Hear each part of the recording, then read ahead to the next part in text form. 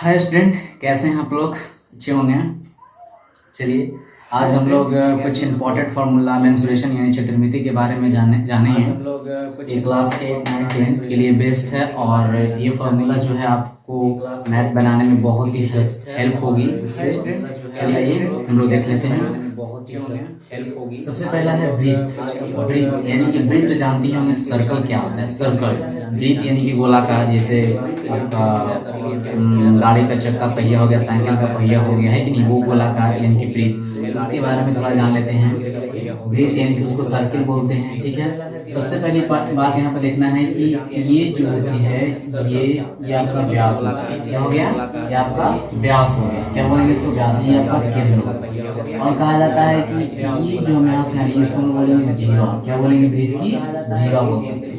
इसको हम लोग जीवा भी बोल सकते हैं, जीवा। ये मेरा क्या हो सकता है? व्यास होगा। और यहाँ से अगर एक ऐसा काटते हैं तो मेरा त्रिज्या बन जाता है। क्या बन जाता है?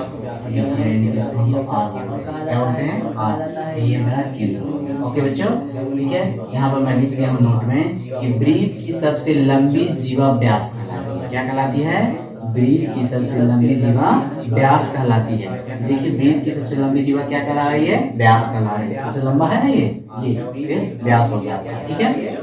चलिए फार्मूला देखिए। पहला फार्मूला व्यास। व्यास को डी मतलब डायमीटर होता है, यानी कि डायमीटर। व्यास को डी से सूचित करते हैं, उसका डायमीटर बोलते हैं। व्यास होता है तो त्रिज्या का दोगुना होता है, यानी त्रिज्या, 2 गुने त्रिज्या, ठीक है। अब ब्रीथ की परिधि क्या होती है? परिधि मतलब कि ये परिमाप। परिमाप भी बोल सकते हैं, इसका परिधि भी बोल सकते हैं। ओके, परिधि बोलिए, परिमाप बोलिए। इसको हम लोग 2 पाई आर होता है। ब्रीथ की परिमाप क्या होता है? 2 पाई आर होता है। अब ब्रीथ का क्षेत्रफल क्या होता है? ब्रीथ का क्षेत्रफल यानी कि अंदर बाहर पूरा सब क्षेत्रफल निकालना है इसका, तो पाई आर स्क्वायर। क्या होता है? पाई आर स्क्वायर होता है, ठीक है। और एक चीज और नहीं बताया बच्चों, ब्रीथ की अगर त्रिज्या निकालना है तो त्रिज्या का फॉर्मूला होता है ब्रीथ की त्रिज्या। त्रिज्या निकालने का फॉर्मूला होता है व्यास बटा में 2, यानी कि व्यास को हम क्या कर देंगे? आधा कर देंगे तो मेरा क्या प्राप्त होगा? त्रिज्या निकल जाएगा। ओके बच्चों, व्यास आधा कर देंगे तो क्या निकल जाएगा? त्रिज्या निकल जाएगा। नेक्स्ट अगला आपका आता है आयत। आयत आयत आयत मतलब रेक्टेंगल। आयत क्या होता है? यानी कि जिसकी आमने सामने की भुजाएं बराबर हो, ठीक है। जिसके आमने सामने की भुजाएं बराबर हो। देखिए, ये आमने सामने की भुजा दोनों क्या है बच्चों? बराबर है। आमने सामने की भुजा क्या है? बराबर। तो कह सकते हैं क्या है? आयत है। क्या है? आयत है। इसका पर एंगल कितना डिग्री का होता है? 90 डिग्री का। कितना? पर कोण कितना डिग्री का होता है? 90 डिग्री का होता है। कितना डिग्री का होता है? 90 डिग्री का। ओके, चलिए यहाँ पर मैं लिख भी दिया हूँ बच्चों कि प्रत्येक कोण 90 डिग्री का होता है। प्रत्येक कोण 90 डिग्री का होता है। पहला फॉर्मूला बच्चों कि आयत का परिमाप जो होता है 2 इंटू लंबाई प्लस चौड़ाई। 2 इंटू लंबाई प्लस चौड़ाई, ये परिमाप हो गया। यहाँ इंटू का साइन है, 2 इंटू लंबाई प्लस चौड़ाई। नेक्स्ट है आयत का क्षेत्रफल, यानी कि लंबाई गुना में चौड़ाई। लंबाई गुना में चौड़ाई। नेक्स्ट है आयत का विकर्ण। आयत का क्या है? विकर्ण। आयत का विकर्ण है रूट में a स्क्वायर प्लस में b स्क्वायर। आयत का विकर्ण हो गया। ओके बच्चों, तो समझ में आ गया होगा आयत के फॉर्मूला। अब थोड़ा जान लेते हैं हम लोग त्रिभुज के बारे में। त्रिभुज। त्रिभुज में पहला हम बताते हैं विषमबाहु। क्या है? विषमबाहु। विषमबाहु त्रिभुज किसको बोलेंगे बच्चों? जिसकी सभी भुजा आपस में बराबर नहीं है, ठीक है। देखिए, ये बी सी कोई भुजा आपस में बराबर नहीं है, ये विषमबाहु त्रिभुज हो गया, ठीक है। विषमबाहु त्रिभुज में सबसे पहला क्या हो गया बच्चों? परिमाप। परिमाप क्या होता है कि सभी भुजा को ऐड कर देंगे, ए बी सी, इन तीनों भुजा ऐड कर देंगे, मेरा क्या निकल जाएगा? परिमाप निकल जाएगा, ठीक है। अर्ध परिमाप बच्चों, इस सारा भुजा को ऐड करके 2 से डिवाइड करेंगे तो मेरा क्या निकलेगा बच्चों? अर्ध परिमाप निकल जाएगा। क्या निकलेगा? अर्ध परिमाप, ठीक है। और अगला विषमबाहु त्रिभुज का क्षेत्रफल होता है बच्चों रूट में S minus A into S minus B into S minus C. इसको हम लोग हीरोन के सूत्र भी कह सकते हैं बच्चों, क्योंकि हीरोन का सूत्र से भी इसको बोला जा सकता है। ओके, तो समझ में आ गया विषमबाहु त्रिभुज। चलिए अब थोड़ा नेक्स्ट हम लोग वर्ग के बारे में जानते हैं। वर्ग तो पता ही होगा, जिसकी सभी भुजाएं आपस में क्या है? बराबर होती है। जिसकी सभी भुजाएं आपस में क्या होती है? बराबर होती है, हम लोग वर्ग कहते हैं। तो वर्ग का परिमाप क्या होता है? 4 गुना में भुजा। ए का मतलब भुजा बच्चों, ए एक भुजा मान के, ठीक है। ए का मतलब क्या है? देखिए हम भुजा क्या है, जैसे याद रखिए। वर्ग का परिमाप क्या होता है? 4 गुना में भुजा होता है। क्या होता है? 4 गुना। वर्ग का परिमाप 4 गुना भुजा होता है बच्चों। फिर वर्ग का क्षेत्रफल क्या होता है? भुजा स्क्वायर, यानी कि भुजा को स्क्वायर कर देंगे हम लोग तो वर्ग का क्षेत्रफल निकलता है। फिर वर्ग का परिमाप, वर्ग का विकर्ण क्या होता है बच्चों? a into root two, a into root two, ये आपका हो गया वर्ग का विकर्ण। तो मिला गया बच्चों, ठीक है। इसकी सभी भुजा 90 डिग्री का होता है, ठीक है। ओके, नेक्स्ट अब आते हैं लोग समकोण त्रिभुज। क्या है? समकोण त्रिभुज। देखिए समकोण त्रिभुज जिसकी ये लंब हो गया, ये आधार हो गया, ये आपका विकर्ण हो गया, यानी कर्ण इसको बोल सकते हैं, विकर्ण भी बोल सकते हैं, इसको विकर्ण भी बोल सकते हैं। क्या बोल सकते हैं? विकर्ण भी बोल सकते हैं, कर्ण भी बोल सकते हैं। Okay, no problem. ये लंब हो गया ए, आधार बी, कर्ण को सी, विकर्ण को सी से करेंगे। इसका परिमाप क्या होगा? a प्लस बी प्लस सी, इनके तीनों मुझे ऐड कर देंगे, मेरा परिमाप निकल रहेगा। क्षेत्रफल 1/2 आधार गुना ऊंचाई, यानी कि लंब हो गया, आधार हो गया, यानी कि लंब गुना ऊंचाई, आधार ऊंचाई हो गया। पाइथागोरस प्रमेय से बच्चों, पाइथागोरस प्रमेय से कैसे कर सकते हैं? क्योंकि विकर्ण जो होती है समकोण त्रिभुज में लंब और आधार से दोनों बड़ी होती है, इसलिए पाइथागोरस प्रमेय से इसका फॉर्मूला बनेगा c स्क्वायर बराबर लंब का स्क्वायर प्लस में आधार का स्क्वायर। ओके बच्चों, समझ में आ गया होगा आप लोगों को। ये सारा फॉर्मूला नोट्स कीजिए, ठीक है। आगे चलते हैं। और आधार से दोनों बड़ी होती है, पाइथागोरस प्रमेय से इसका फॉर्मूला बनेगा c लंब का स्क्वायर लंब का स्क्वायर आधार। ओके बच्चों, ओके बच्चों, आप लोग समझ गए होगा, आप लोग नोट कीजिए आगे, ठीक है। समकोण त्रिभुज निकालने का मतलब है इसकी दो भुजाएं आपस में बराबर हो। कितनी भुजाएं? दो भुजाएं। देखिए आपका दो भुजा बराबर है, आपका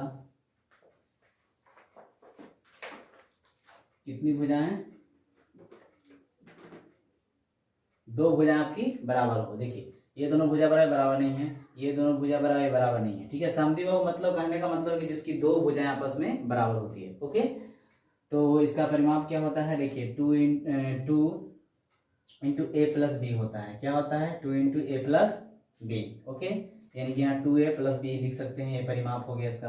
क्षेत्रफल 1/2 यानी कि भुजा का स्क्वायर, 1/2 यानी कि भुजा का स्क्वायर, ठीक है। विकर्ण क्या होता है? d बराबर a into root two, a into root two, यानी कि भुजा गुने रूट 2 होता है। किसका? समद्विबाहु त्रिभुज का ये आपका फॉर्मूला हो गया। नेक्स्ट अब आते हैं समबाहु त्रिभुज। समबाहु त्रिभुज कहने का मतलब होता है स्टूडेंट की सभी भुजाएं आपस में बराबर हो, जिसकी तीनों भुजा आपस में क्या हो? बराबर हो। देखिए यानी कि तीनों भुजा आपस में क्या है? बराबर है, तीनों भुजा आपस में बराबर है। और ये पूरा जो हो गया एच आपका, ठीक है, यानी कि पूरा। तो यहाँ सबसे पहले परिमाप क्या होगा? √3 गुने ए, जिसकी सभी भुजा बराबर तो 3 गुने ए कर सकते हैं। क्षेत्रफल क्या होगा? √1/2 आधार गुना ऊंचाई, आधार गुना ऊंचाई, यानी कि ये पूरा एच होगा ना, इसका 1/2 ए इंटू एच हो जाएगा। फिर ठीक है, ये आपका समबाहु त्रिभुज का फॉर्मूला हो गया। नेक्स्ट आपका समांतर चतुर्भुज। समांतर चतुर्भुज, समांतर चतुर्भुज किसको बोलेंगे बच्चों? जिसकी आमने सामने की भुजाएं बराबर होती है। देखिए आमने सामने की भुजाएं बराबर है, ए है, बी है, ठीक है। यानी कहा जाए तो आयत का ही एक इसमें शेप बनता है। तो इसकी देखिए सम्मुख रेखाएं बराबर होती है, यानी कि सम्मुख रेखा जो होती है वो क्या होती है? बराबर होती है। विकर्ण एवं दूसरे को समद्विभाजित कर, देखिए विकर्ण एक दूसरे को क्या करे? समद्विभाजित करिए बच्चों, बिल्कुल समद्विभाजित कर रही है। ओके, इसका परिमाप होगा 2 इंटू ए प्लस बी हो जाएगा। इसका क्षेत्रफल लंब गुने लंबाई गुने ऊंचाई, हमेशा इसका ऊंचाई होता है। क्या होता है? ऊंचाई, यानी कि ए आधार नहीं ले, बी नहीं ले सकते हैं, इसको हम ऊंचाई मान सकते हैं, ठीक है। नेक्स्ट आइए समलंब, ठीक है। समलंब में क्या है? समांतर चतुर्भुज में, समांतर चतुर्भुज में है कि दो भुजाएं समांतर होती है। कितनी भुजाएं? दो भुजाएं समांतर होती है, समांतर चतुर्भुज कहेंगे। और इसका क्षेत्रफल 1/2 दोनों समांतर भुजाओं का योग गुना में ऊंचाई, यानी कि दोनों ए और बी को दोनों को ऐड कर देंगे, गुना में एच, यानी कि आपका हो गया क्षेत्रफल इसका समांतर चतुर्भुज। अब आपका आता है बच्चों सम चतुर्भुज। सम चतुर्भुज का मतलब कि जिसकी सभी भुजाएं आपस में बराबर हो, ठीक है। देखिए ए दोनों बराबर है आमने सामने के। इसमें चारों भुजाएं बराबर एवं समांतर होती है। चारों भुजाएं बराबर एवं क्या होती है? समांतर होती है। और इसमें विकर्ण एक दूसरे पर लंब 90 डिग्री, देखिए विकर्ण एक दूसरे पे कितना 90 डिग्री यहाँ पर लंब डाल सकते हैं, 90 डिग्री बन सकते हैं यहाँ पे। इसका परिमाप क्या होगा? 4 गुने भुजा, यानी सही भुजा बराबर 4 गुने भुजा, यानी 4 इंटू ए कर सकते हैं इसको। इसका क्षेत्रफल 1/2 गुने विकर्णों का गुणनफल, यानी कि d1 और d2 दोनों का गुणनफल, ये आपका क्षेत्रफल कहलाएगा। किसका? समचतुर्भुज का, ठीक है बच्चों, समझ में आ गया होगा। आइए अब आते हैं घन। घन, ठीक है। देखिए पासा हो गया, लिटो गिट्टी पासा इसको बोल सकते हैं। इसका घन ए जो है घन का कोर कहलाता है बच्चों, ए जो है घन का क्या कहलाता है, कोर कहलाता है। ठीक है, तो 3 जोड़ी समांतर सतहें होती है, यानी कि घन में 3 जोड़ी समांतर कितनी होती हैं, सतहें होती है, और सभी सतहें वर्गाकार होती है। कैसा होती है, सभी सतहें वर्गाकार होती है, यानी कि ये वर्गाकार शेप में होती है, सभी सतहें वर्गाकार होती है। इसमें 6 फलक होते हैं बच्चों, कितने फलक होते हैं, 6, ये कि 1 2 3 4 5, एक नीचे 6, यानी कि 6 फलक होती हैं। ठीक है, और घन के विकर्ण की लंबाई फॉर्मूला बच्चों a इंटू भुजा गुने रूट 3, क्या होता है, भुजा गुने रूट 3 होता है। संपूर्ण पृष्ठ का क्षेत्रफल होता है बच्चों 6 गुने भुजा स्क्वायर, क्या होता है, 6 गुने भुजा स्क्वायर। पार्श्व पृष्ठ का क्षेत्रफल होता है 4 गुने भुजा स्क्वायर, क्या होता है, 4 गुने भुजा स्क्वायर। घन का आयतन होता है बच्चों भुजा क्यूब, क्या होता है, भुजा क्यूब। ओके, चलिए अगला आपका बताना है घनाभ के बारे में। क्या है घनाभ, देखिए इसको बोलेंगे लंब, ये लंब हो गया, आधार हो गया, ऊंचाई हो गया, यानी कि इसको हम ए बी सी सूचित कर सकते हैं, कोई दिक्कत नहीं, एल बी एच ना करके ए बी सी हम ले लिए। घनाभ में 8 शीर्ष होते हैं बच्चों, कितने शीर्ष होते हैं, 8 शीर्ष होते हैं। ठीक है, चार इधर 8 शीर्ष होते हैं, 12 कोर होते हैं, कितने कोर होते हैं, 12 कोर होते हैं। कितने कोर होते हैं, 12 कोर। 6 सतहें होती है, कितने सतह होती हैं, 6 सतह, यानी कि जो प्लेन होता है सतह, ठीक है, चिकना जो प्लेन होता है, यानी कि जो एक सतह ऐसा हो गया, ऐसा इधर हो गया, तो दोनों लेफ्ट साइड होगा, फिर राइट होगा, फिर नीचे और ऊपर होगा। ठीक है, ये सतहें होगी, ये सतह होगी, यानी कि टोटल कितने सतह होती है, 6 सतह होती है, और 4 विकर्ण होती है बच्चों। कितने विकर्ण होती है घनाभ में, 4 विकर्ण होती है। सभी सतहें आयताकार होती है, कैसा होती है, उसकी जो सतह जो होता है घनाभ का कैसा होता है, आयताकार होती है, और चारों का विकर्ण बराबर होती है, यानी कि आयत में जो चारों का विकर्ण होता है आपस में क्या होता है, बराबर होता है। और घनाभ का विकर्ण रूट में A square plus B square plus में सी स्क्वायर होता है बच्चों। और घनाभ का पृष्ठीय क्षेत्रफल क्या होता है बच्चों, 2 into A into B plus B into C plus C into A, यानी कि इसको L B B H H C, यानी कि लंबाई गुने चौड़ाई, चौड़ाई गुने ऊंचाई, ऊंचाई गुने लंबाई, इसे बोल सकते हैं बच्चों। इसको ऐसे भी लिख सकते हैं आप, कोई टेंशन नहीं है। एल इंटू बी प्लस में बी इंटू एच प्लस में एच इंटू एल कर सकते हैं बच्चों। इस तरीके से भी आप लिख सकते हैं, अगर आपका कंफ्यूज ऐसा लग रहा है तो, ठीक है ना, यानी इसको एल बी एच भी मान सकते हैं, कोई प्रॉब्लम नहीं। चलिए आगे देखते हैं अगला फॉर्म, अगला में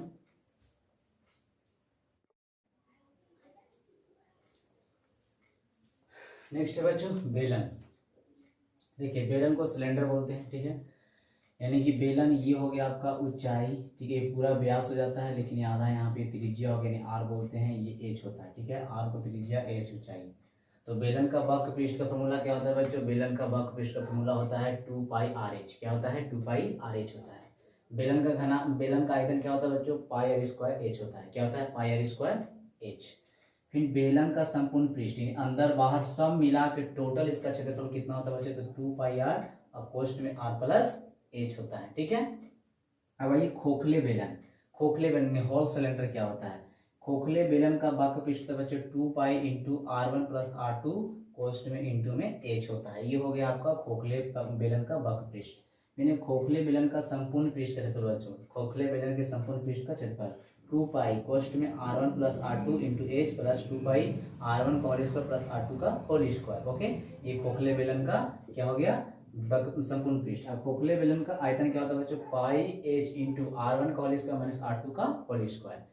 अब आइए शंकु यानी कौन, शंकु यानी कि देखिए जोकर का टोपी है ना, ये आपका पूरा व्यास यहाँ पर त्रिज्या ले लिए, ये ऊंचाई हो गया एच हो गया, ये तिरछी ऊंचाई, इसको हम लोग तिर्यक ऊंचाई बोलेंगे, क्या बोलेंगे, तिर्यक ऊंचाई को एल सिद्ध करते हैं।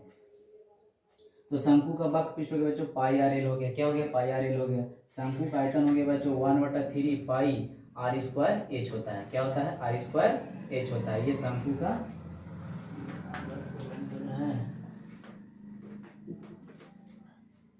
बच्चों, शंकु का आयतन 1/3 पाई आर स्क्वायर एच होता है। ये शंकु का संपूर्ण पृष्ठ का क्षेत्रफल बच्चों पाई आर इंटू कोष्ठ में एल आर प्लस एल होता है। ये आपका क्वाचिक हो गया शंकु का संपूर्ण पृष्ठ का क्षेत्रफल।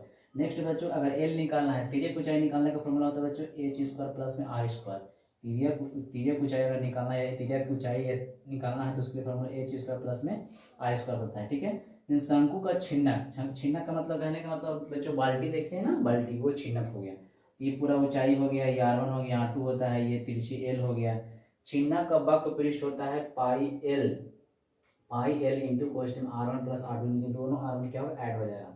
छिन्नक के आयतन होता है बच्चों भी मैंने वॉल्यूम यानी आयतन 1/3 पाई एच आर वन का square plus r one into r two plus में आर टू का होल स्क्वायर होता है बच्चों। अगला छीना का तिर्यक ऊंचाई निकालना है बच्चों। एल निकालने के लिए फॉर्मूला यहाँ पर है रूट में h² plus r1 minus r2 का होल स्क्वायर बच्चों। ठीक है, ये आपका क्या हो गया, ये आपका छीना की ऊंचाई निकालने का फॉर्मूला हो गया। अब आइए गोला, गोला स्फेयर यानी कि गोले का आयतन, यानी कि आपका पूरा व्यास हो जाता है बच्चों, त्रिज्या हो जाता है ऊंचाई।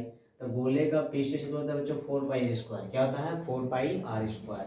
गोले का आयतन होता है बच्चों वॉल्यूम बराबर इक्वल होता है 3πr3। ओके, इन्हें अर्धगोले का अर्धगोले, देखिए अर्धगोला ये आपका अर्धगोला है, ठीक है, ये आपका त्रिज्या ऊंचाई दोनों सेम होता है इसका। अर्धगोले का संपूर्ण पृष्ठ क्षेत्रफल 3πr²। क्या होता है 3π, यानी कि पूरा अंदर बाहर सब इसका क्षेत्रफल। अर्धगोले का आयतन होता है बच्चों 2/3πr³। क्या होता है 2/3πr³। ठीक है, फिर हो गया खोखले गोले का आयतन। खोखले गोले का आयतन फॉर्मूला होता है बच्चों 4/3π कोष्ठ में r1 का होल क्यूब माइनस r2 का होल क्यूब। ठीक है बच्चों, समझ में आ गया होगा आप लोग के। ये सारा मेंसुरेशन का फॉर्मूला आपको बता दिए, एग्जाम के लिए भी आपका बेस्ट है, क्योंकि एग्जाम में फॉर्मूला पूछ सकता है। और अगर आपका मैथ आएगा बनाने के तो फॉर्मूला आपका क्लियर, तो मैथ आसानी से बना सकते हैं। कुछ देख लीजिए बच्चों यहाँ पे कि पाई सब जगह लिए हैं। पाई का वैल्यू आप लोग को पता है कांस्टेंट π/7 होता है, 22/7 होता है। क्या होता है बच्चों 22/7। अगर पॉइंट में इसको लेना है तो 3.14 भी ले सकते हैं। ठीक है ना, 22/7 इन 3.14 ये पाई का वैल्यू होता है बच्चों। यानी कि जितना भी फॉर्मूला जो पाई जहाँ पर आ रहा है आप यूज कर सकते हैं इसको बनाने के लिए। ठीक है, और मेंसुरेशन का फॉर्मूला आपका सारा कंप्लीट मैं करवा दिया हूँ। आप अच्छे से इसको कंसेप्ट के साथ क्लियर कीजिए, और जितने भी आपको जो फार्मूला मैं बताया हूँ सारा इसको अच्छा से समझिए, और इसको समझने के बाद आपका बुक से जितना भी जो क्वेश्चन मेंसुरेशन का आप आसानी से आप डील कर सकते हैं। ओके बच्चों, मेरे चैनल को सब्सक्राइब और शेयर कीजिए, ज़्यादा से ज़्यादा हो सके। मैं आपके लिए ऐसे ऐसे अच्छे अच्छे वीडियो लाता रहूँगा। Okay, thanks.